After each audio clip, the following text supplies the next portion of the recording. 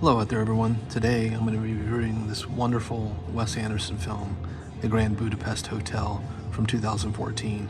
Now, just as an aside, I last night just watched the French Dispatch and I was a little disappointed. I felt like it looked great as per usual, but the narrative was a mess. The first vignette was fine. The second and third were practically impenetrable. Quite frankly, I just didn't care for the film. I didn't think it worked. But again, production-wise and composition-wise, it's, classic Wes Anderson. So I think it's certainly worth a watch, but I would not recommend spending any money in the theaters for it. But with the Grand Budapest Hotel, I also saw this in theaters, and I remembered having a ball. It's truly, I think, his best film.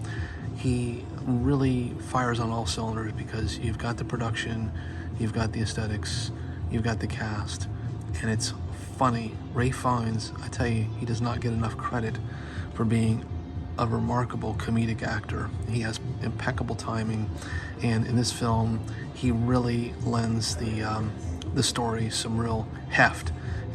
He's terrific in it, and the rest of the cast is, of course, up to the task as well. Willem Dafoe plays a very interesting collector of sorts. We have, Adrian Brody, who is interesting. Really, it's just across the board. It's a great cast, and I think most importantly, it's just a funny and entertaining movie. So this is the Criterion release. It's based on 2K scan, which I've often thought, Wes Anderson is such a visual director. I wish that Criterion would do a 4K transfer, but it still looks great. It's not like it's lacking, but the booklets, here's the disc, and of course the disc art is wonderful, but then it also includes these wonderful little booklets, which you would expect. There's the classic Boy with Apple, which was a funny joke in and of itself, but this has just got some production notes and essays and so forth with some still photography from the film. This is a film I've seen about 3 times, and I rather enjoy it. Jeff Goldblum, of course, was in it as well, and he was, Jeff Goldblum. Then you've got what appears to be poetry, romantic poetry, volume 1.